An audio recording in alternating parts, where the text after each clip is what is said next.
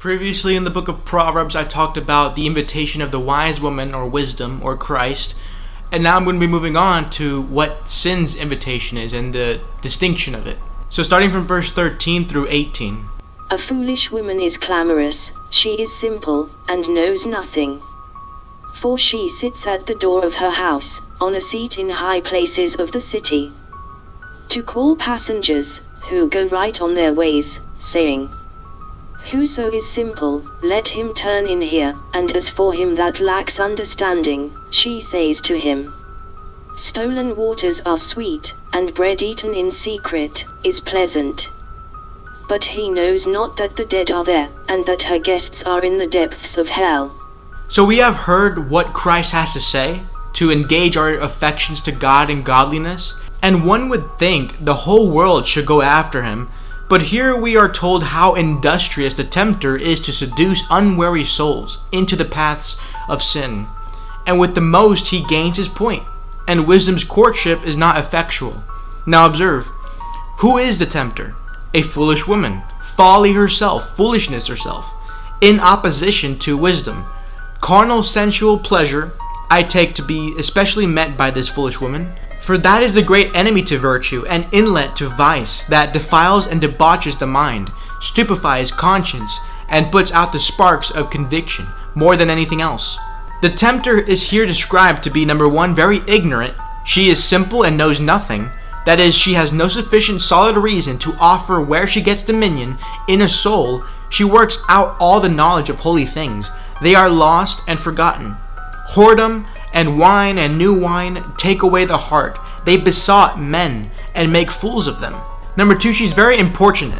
The less she has to offer that is rational, the more violent and pressing she is, and carries the day often by dint of impudence. She is clamorous and noisy, continually haunting young people with her enticements.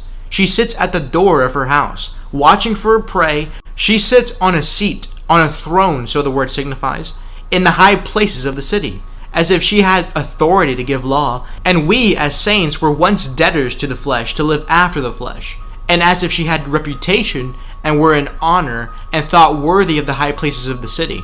And perhaps she gains upon many more by pretending to be fashionable than by pretending to be agreeable. She could possibly say, Do not all persons of rank and figure in the world give themselves a greater liberty than the strict laws of virtue allow? And why should you humble yourself so far as to be cramped by them? Thus the tempter affects to seem both kind and great. So who are the tempted? Young people who have been well educated.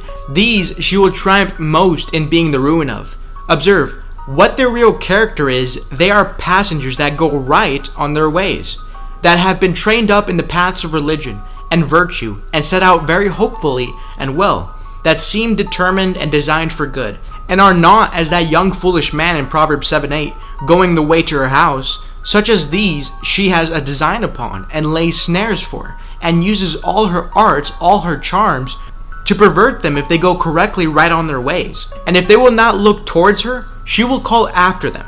So urgent are these temptations. Now, how does she represent them? She calls them simple and lacking understanding, which is ironic, and therefore courts them to her school, that they may be cured of the restraints and formalities of the religion. Keep in mind also how similar this foolish woman and wisdom is. You'd think that this foolish woman would be the exact complete opposite of wisdom, and even though in a way they are, in another way they're similar. That's how confusing it kind of is to discern, and how easy it is to fall into this deception. That they may be similar in the way of bringing simples and lacking understanding kind of people into their places, but they're also different. But even though they have differences, the similarities are very confusing, and that's what makes the deception very frequent. So this is the method of the stage, where the sober young man that has been virtuously educated is the fool in the play, and the plot is to make him 7 times more a child of hell than his profane companions, under color of polishing and refining him, and setting him up for a wit and a bow. Now what's the temptation itself? Stolen waters are sweet. It is to water and bread, whereas wisdom invites to the beast she has killed and the wine she has mingled. However, bread and water are acceptable enough to those that are hungry and thirsty. And this is pretended to be more sweet and pleasant than common, for it is stolen water and bread eaten in secret, with a fear of being discovered. Now keep this also in mind, that wisdom offers you the best of her sacrifices, whereas this foolish woman, she guides you to somewhere that is more efficient for a homeless man to be satisfied, whereas wisdom gives things that are in the status level of kings. So the pleasures of prohibited lusts are boasted of as more relishing than those of prescribed love, and dishonest gain is preferred to that which is justly gotten. Now this argues not only a bold contempt, but an impudent defiance, number one, of God's law, in that the waters are the sweeter of being stolen, and come at by breaking through the hedge of the divine command. Nitimor invited him. We are prone to what is forbidden. This spirit of contradiction we have from our first parents, who thought the forbidden tree, out of all others, was a tree to be desired. Number two, of God's curse. The bread is eaten in secret, for fear of discovery and punishment, and the sinner takes a pride in having so far baffled his convictions by saying, I've been sitting this long, God hasn't struck me down, so how about I go further? And he thinks he's triumphed over his convictions, that nevertheless that fear that he feels in the beginning, he dares commit the sin and can make himself believe that, being eaten in secret or sinning in secret, it shall never be discovered or reckoned for. Sweetness and pleasantness constitute the bait, but by the tempter's own showing, even that is so absurd, and has such allays that it is a wonder how it can have any influence upon men that pretend to reason. Now what's the effectual antidote against this temptation?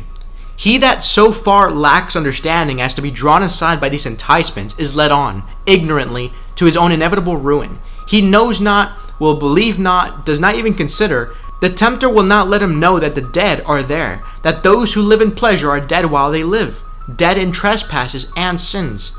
Terrors attend these pleasures like the terrors of death itself. The giants are there, Rephaim. It was this that ruined the sinners of the old world, the giants that were in the earth in those days.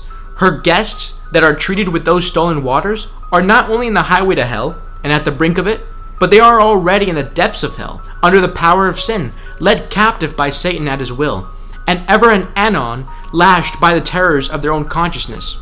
Remorseless sin is remediless ruin. It is the bottomless pit already. Thus does Solomon show the hook. Those that believe Solomon's words, will not meddle with the bait. Now that's a discussion of the foolish woman's imitation. And now I'm going to be moving on, God willing, to the actual Proverbs that is very well known to the actual book of Proverbs, is little tiny sentences that have great meanings and deep meanings. That will I be moving on.